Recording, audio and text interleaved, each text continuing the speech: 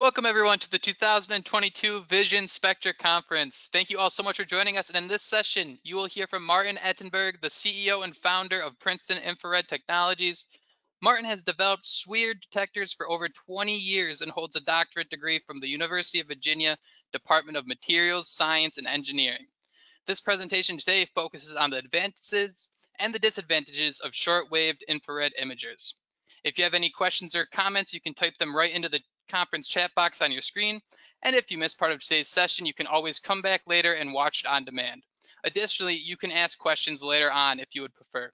If you have any technical issues during the event, please log out and back in to rejoin the presentation. Martin, we appreciate you for taking the time to present here at the 2022 Vision Spectra Conference. Thank you, Jacob. Thank you, everybody, for coming today. Yes, my name is Martin Ettenberg, and today I'm going to be talking to you about the advantages, disadvantages of, I should have called various shortwave infrared imagers. Let me put my screen in full screen mode. We good to go, Jacob? Perfect. All right, thank you. So a little outline to the talk. I'm going to give you a discussion on what is SWIR. You may have heard some of it before. And then I'm going to talk about why SWIR is important, give you some application slides, give you some better feeling for why you choose various SWIR technologies. I'll go over some of them that are available today. And then I'll kind of give a discussion on advantages and disadvantages of the major ones. And then there'll be conclusions, and I'll be happy to answer any questions. So what is the shortwave infrared? Actually, it's probably one of the hardest questions because depending on who you talk to, it's a different range of light levels, whether it's an astronomer, a spectroscopist, or even somebody in the infrared industry. But generally, we define it as from 1,000 nanometers to 2,600 nanometers. Some have gone up to 3,000 nanometers, some down to 750 nanometers.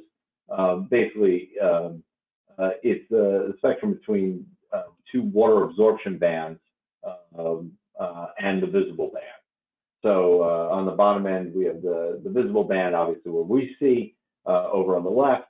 And then there's what we call the near infrared, which is what silicon detects, but our eyes can't see. And then generally, we have the shortwave infrared, which goes up to 2,600, basically, is where glass transmission ends. I always like to say I work in shortwave infrared, and I like to deal with everything that glass can see. After glass transmission ends at 2,600, there's a water absorption band, and you can't really see much on the atmosphere of Earth until about 3.2 microns, where the mid-wave infrared picks up. There's a lot of ways in the shortwave infrared.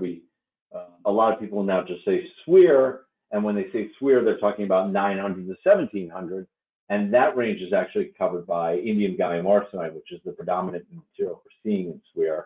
And then we talk about extended SWIR, which is beyond 1,700 out to this 2,600, 3,000 nanometer band, which is this range out here, which we generally talk about as extended SWIR, which is beyond what InGaAs sees. So a lot of this is depending on materials that are out there.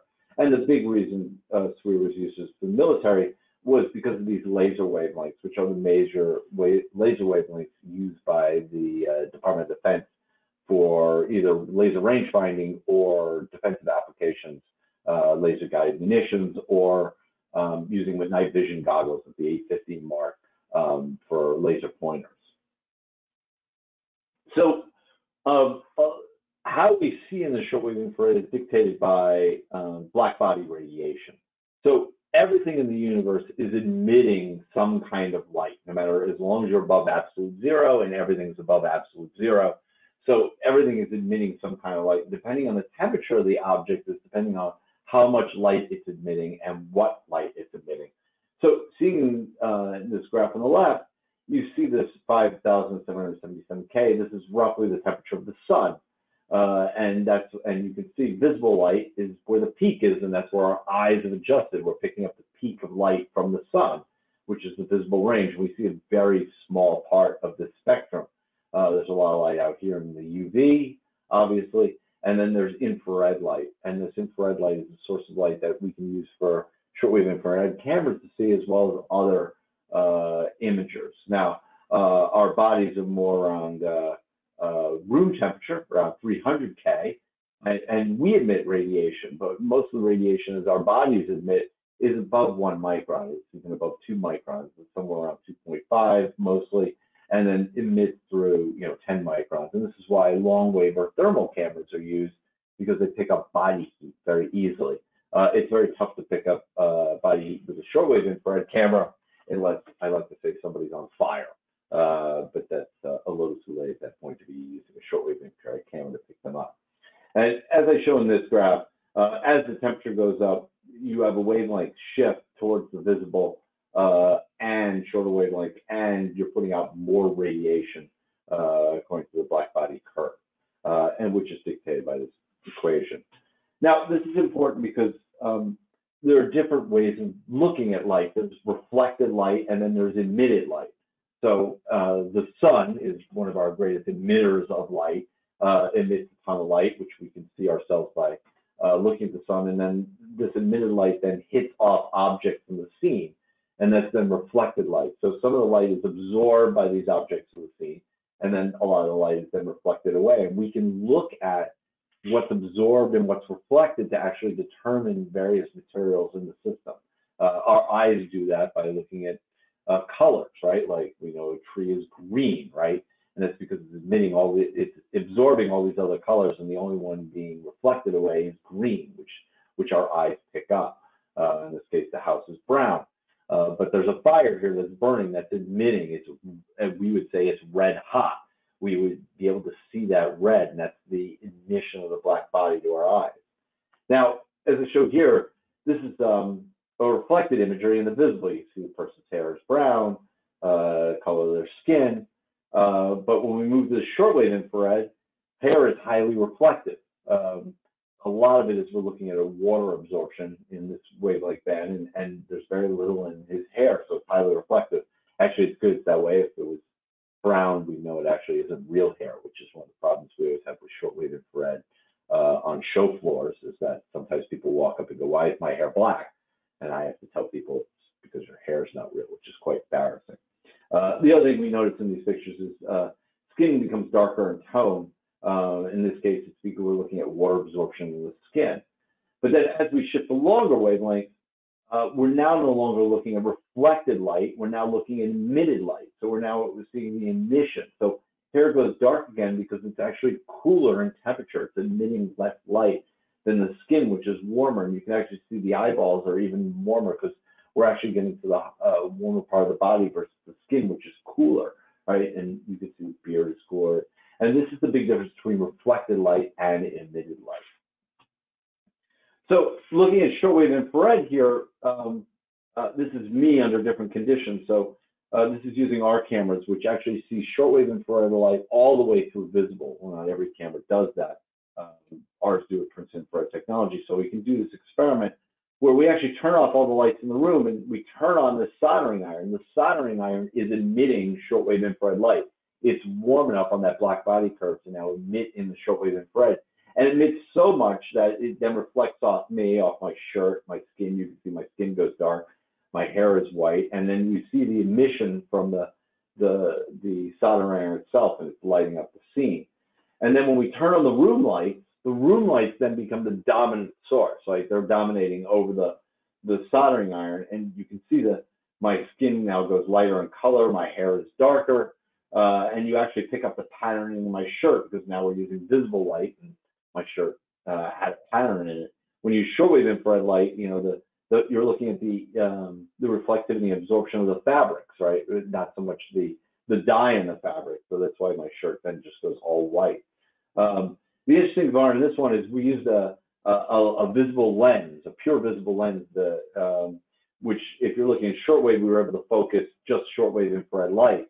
But when we use visible and shortwave infrared light, we're able to focus in the visible, but the shortwave infrared light is now out of focus, and that's because we're using a poor lens. If you need to focus in both, you would buy a high-end lens, which can do shortwave infrared through visible and color corrects across the whole region of interest. So there are many military applications, as I said, in this case, looking at laser designators, We can see the laser designation, in this case 106. We can see 905s, 155s, I say. We can pick up hot objects like engine motors, rocket motors. Camouflage is very ineffective in the shortwave infrared. It's made to fool your eyes and make things fall into the background and blend in. But when you look in a different wavelength band, it's not very effective. And also shortwave infrared, because you're looking at different wavelengths of light, scattering effects in the atmosphere, atmospheric haze is less so, as well as smoke, and you're able to see through those things in shortwave infrared. One of the biggest things is detection of water. Here is 4 clear liquids, 4 different chemicals: isopropanol, CCE, acetone, and water. Impossible to tell looking at them in visible light, but in shortwave light, you can see the absorption properties are different. Now, they were supposed to go from lightest to darkest in this experiment, and for some reason the isopropanol was darker, and it's not supposed to be. It took me a couple of days to figure it out, and I kept this picture, never retaken it since, because it really proves the point. When my technician got the liquids for me and put them in the containers, he just grabbed the isopropanol off the counter instead of using a fresh bottle. And the isopropanol off the counter had been sitting there for several weeks and absorbed the water in the air. And we're actually looking at the water absorption in isopropanol. And so when you use 1400 nanometer light, which we did in this experiment, you're actually looking at the water absorption properties of these liquids, or I should say the absorption properties at 1400 nanometers. And water is very absorbing at 1400 nanometers. And so you can see the water is absorbing quite well, and the isopropanol is absorbing pretty well too, because there's a bunch of water in it. And so we're actually seeing the water absorption. In this case, acetone, not so much seeing the water in it, you're just looking at the various absorption properties of acetone. Shortwave infrared very much is used for water absorption applications. Atmospheric haze, as I said, this is using a 5.3 megapixel visible camera. You could barely make out this 500-meter buoy. This is at Carnegie Lake where the crews are, so we know exactly how far these buoys are. And here in the shortwave infrared, through the atmospheric haze, which you can't pick up in the visible, but easily pick up in the shortwave infrared with only a 1.2 megapixel imager, is the 1,000-meter buoy. And this is just, you're looking at a short range, even there's only a kilometer of atmospheric haze, and we're not even talking about that hazy a day. It's actually fairly clear. And still, shortwave infrared does quite well. Night vision, military is very interested in with low light level imaging. On the left, this is I2 CCD, which is a night vision tube hooked to a CCD camera versus a SWIR camera. And we're able to do this because of what's called night glow, which is this light that exists in the atmosphere, no matter what, in the shortwave infrared, that allows you to image. And this is out in Las Vegas. This is an old image, 320x40. There's an airplane in a different distance, and this person threw a cigarette on the ground, and the cigarette is warm enough where it's bright enough where it's lighting up. That's me in the desert. Las Vegas is about 60 miles away, and you can actually see Las Vegas reflecting off those mountains. Brightness. As I said, moisture detection. Oil, water don't mix. This is motor oil and water. You can actually see the line of demarcation of where they're not mixing. Very hard to make out in the visible. Spill and fill applications where you're looking at fill levels through plastics. Many plastics are transparent in the shortwave infrared, so we can see through them, and then we can see the water absorption. In this case, blue detergent on a blue bottle is very hard for a visible camera to pick up, but because detergent is also mostly water, we can see the water absorption properties quite well, and you can actually see the spill on those bottles quite easily. This is a video, which is also on our website. We have quite a number of these videos on our website where you can take a look, but this is imaging contaminant detection in, helps if I start the video, of coffee beans versus contaminants in coffee beans like rocks and twigs. Rocks and twigs, generally brown, kind of the same color as the coffee beans themselves, very hard to sort. But with our line scan camera and a fast moving system, we're only doing 3,000 lines a second, but you're able to actually image these on a conveyor belt as seen here. And you can pick up these disparities very easily. They're much darker in color than the coffee beans themselves. and you're able to pick them up as they go by. And a computer actually can do this line scan camera with a line scan camera, and then just use air to shoot these contaminants off the scene. And this is actually being done pretty slowly at 3,000 lines a second, which is 333 microseconds. But we can go much faster, up to 8 times faster when you really have a really fast process going through. Plastic sorting. This is very big in Europe. More of it is, most of it's being done in what we call the extended SWIR range, out beyond 1700. As you can see, there are a lot of signatures out here for LVP and PS. Some of the other plastics can be sorted in the traditional shortwave infrared range of under 1700 done by InGaAs, but some of these other plastics you want to go much higher up. And, in the United States, we're trying to get this more and more in, but it's become much bigger in Europe. As I said, seeing through fog. This is Orlando, hotel 3 miles away, and then San Francisco 2 miles away across the bay. Smoke. This is through a fire out in the west, where you actually can see through the smoke to the cars below on the road. That's very hard to pick up in the visible. So these are kind of the applications. And how do we do this? What kind of technologies do we use? Well, the biggest one and most common is indium gallium arsenide, or InGaAs, which is, we should very be specific and say lattice match InGaAs of 53 indium arsenide, 47 gallium arsenide, or we just say lattice match InGaAs, lattice match indium phosphide. This gives some of the highest QEs, somewhere around 80–85%. Low dark current for low noise, very high reliability. These imagers have been Telcordia qualified. They're used in the fiber optic networks. You can get 1.3 megapixel imagers. These we sell them as non-ITAR. There are special ITAR ones that are military controlled. We have to get special licenses. These that we make at Princeton for Technologies are non-ITAR. We don't have them, but there are others. Sony sells an imager that's down at a 5-micron pitch, so the pitches are fairly small at this point. But the big limitation in shortwave infrared from InGaAs is InGaAs cuts off at 1700 nanometers, as shown in this QE graph shown here. You can see down at the visible, what we call visible response, we're moving, but the cutoff is at 1700, which is sometimes why people refer to SWIR as ending at 1700 and extended SWIR beyond that. Now, to go beyond 1700, there are a couple of technologies out there. There's mercury cadmium telluride, also very high quantum efficiency. Some of the QE graphs shown out here going all the way out to 3 microns.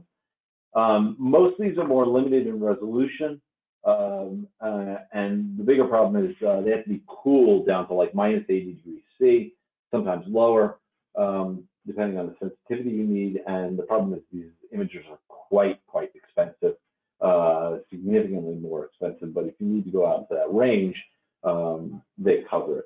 And then there's also indium antimonide, a little less expensive than mercury cadmium telluride.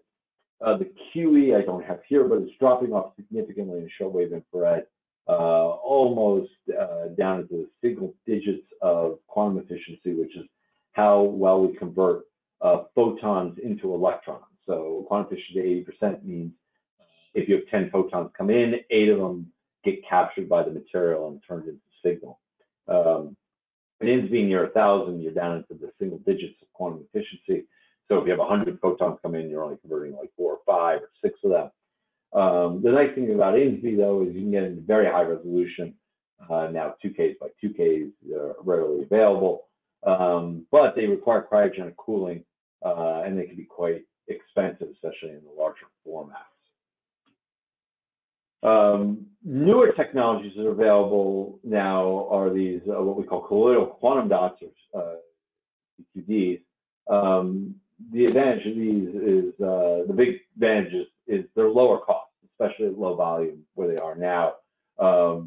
The downside of them is their quantum efficiency is significantly lower, as shown by this graph. And I realize now I probably should put it on the same graph as the InGaAs, but you know, at InGaAs at 1100, you're already up at 70–75%. and here you're down in the 15-20%, and then at 1400, where there's the major water absorption peak, where you want to be picking up water, you're down at 5% quantum efficiency. It peaks again at somewhere around 1550 up to 15%. And this is a typical graph. They do have variation from run to run. Now, the 1700 nanometer quantum dots have higher noise also due to higher dark current. So overall, they have roughly about 8 to 10, 15 times less sensitivity than an InGaAs detector, but they are less expensive. And currently, right now, they do have larger formats. The biggest one I've seen is a 1920 by 1080. If you really need large format, their pitch is commercially, I've seen is pretty big, is on 15 micron pitch, but they have demonstrated below 2 micron pitches.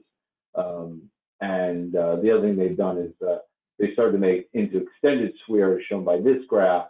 This was done by SWIR Vision Systems, where they push out to somewhere around 2000 nanometers. But when they go out to further wavelength, as you can see, the quantum efficiency, or the responsivity in this case, is dropping, is lower. And so they're suffering from less sensitivity. Granted, they're able to go out further on wavelength. Pushing out into extended SWIR with InGaAs has been done, and still is. There are extended wavelength InGaAs, where you shift the composition of indium gallium arsenide.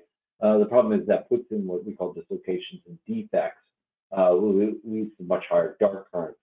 Right now, what we're using at Princeton SWIR Technologies and others are starting to use are type 2 super lattices, which are combinations of indium gallium arsenide and gallium arsenide and timonide in thin altering layers. And these T2SLs and T2SLSs are starting to allow us to get relatively pretty good quantum efficiency, getting up to 30-35%, going all the way out to 2100 nanometers, and with 2500 nanometers in development. These materials, these type 2 superlattices, are already being used in midwave and long wave, especially in military applications, and now in some civilian applications for midwave imaging. And so now they're being transferred into the shortwave infrared. Already we have a 1280 by 1024 and 12 micron pitch, but as you can see, the dark current is still significantly higher with these extended wavelength materials. We're looking at 100 times more dark current, which leads to roughly about 10 times as much noise. There are other technologies that are being looked at. There's germanium being grown on silicon, modification of the silicon band gap with some various techniques to get you some detectivity out into the shortwave infrared. Most of these technologies are looking at really low-cost applications, so you can build these low-cost SWIR cameras and make them significantly cheaper at the cost of sensitivity in this case. So let's talk about some advantages and disadvantages of these various imaging technologies. So indium gallium arsenide is the choice of material right now if sensitivity matters. Indium gallium arsenide is the lowest noise and has the highest quantum efficiency. So your overall signal-to-noise ratio is by far the highest.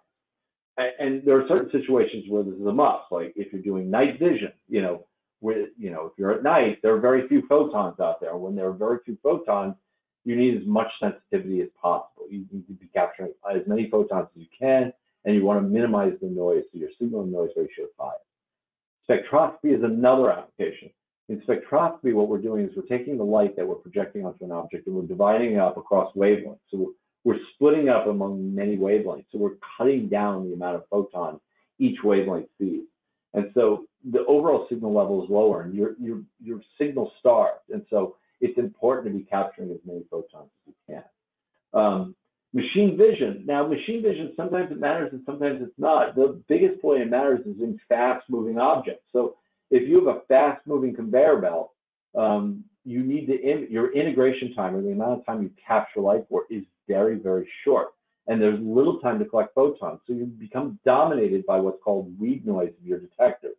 And so no matter what the dark current or shot noise of the detector is, it really becomes irrelevant. It's the read noise you're dominated by, and you're limited by that. So collecting as many photons as possible to overcome that read noise is important, because you're not integrating for a very long time or capturing very many photons.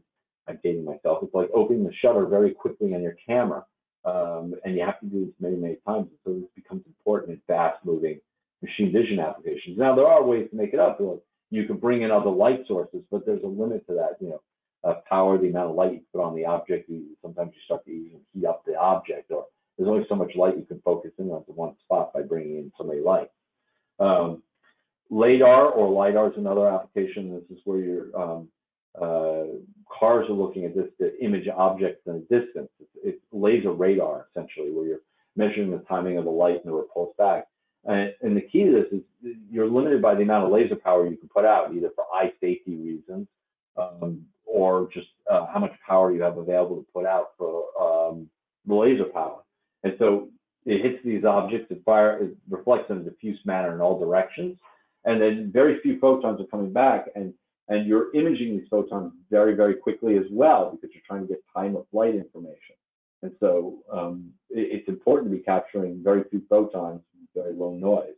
And so high quantum efficiency is important.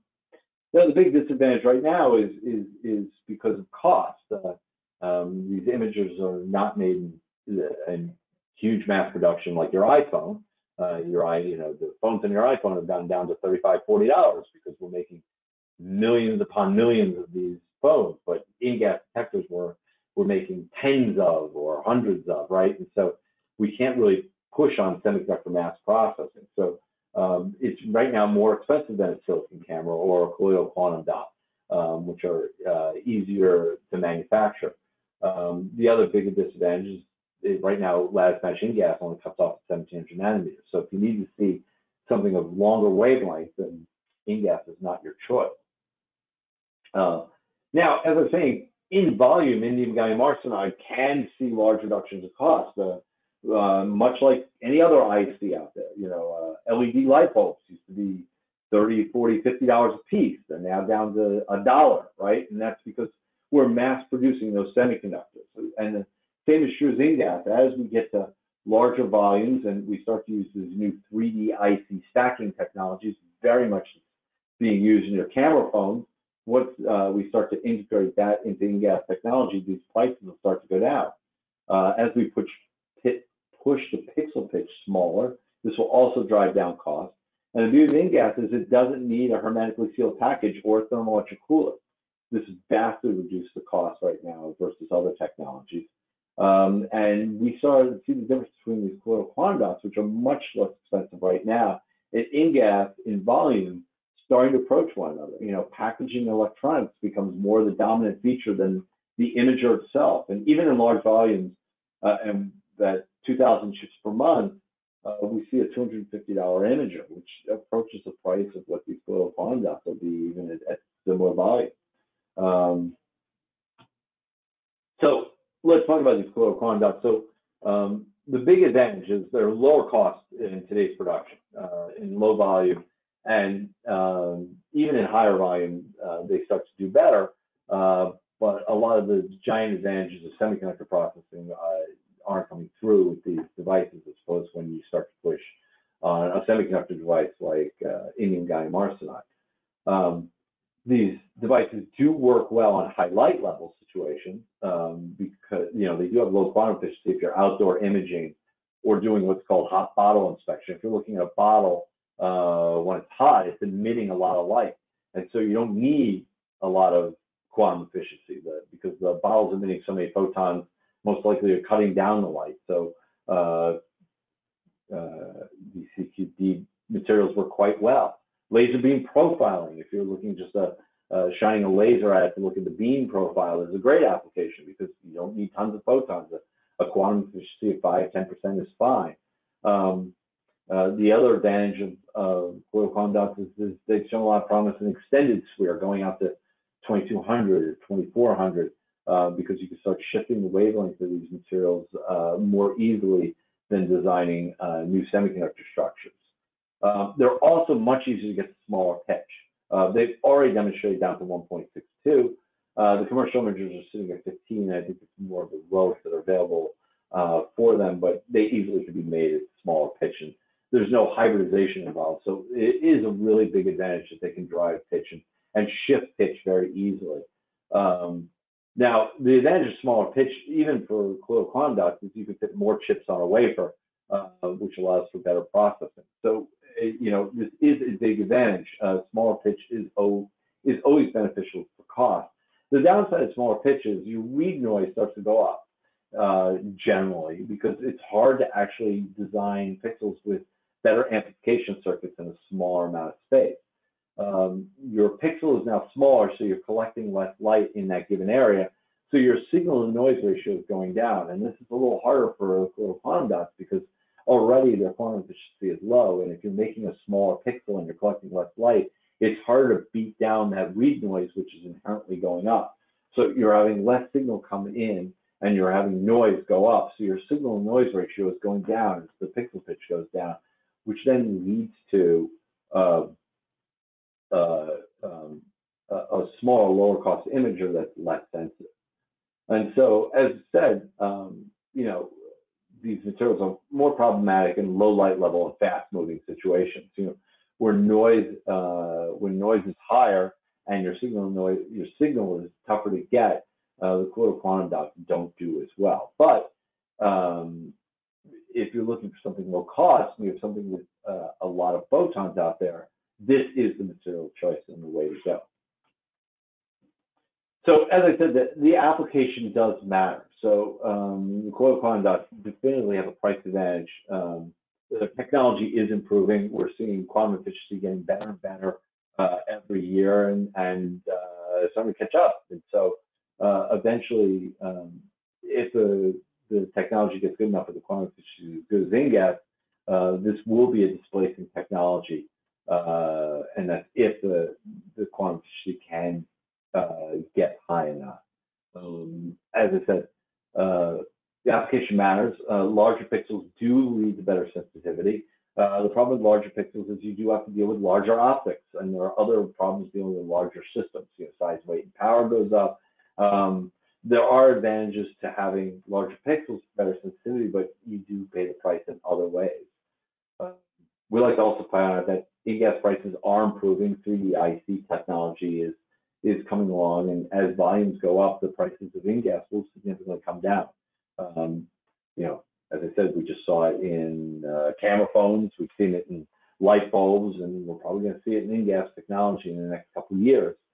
And I like to say, a better apples to orange comparison is looking at, an actual performance to price. So, if you're looking at 1280 by 1024, 15 micron CQD technology, and you're saying, well, it's a lot cheaper than the InGaAs, the 15 micron pitch, that is definitively true.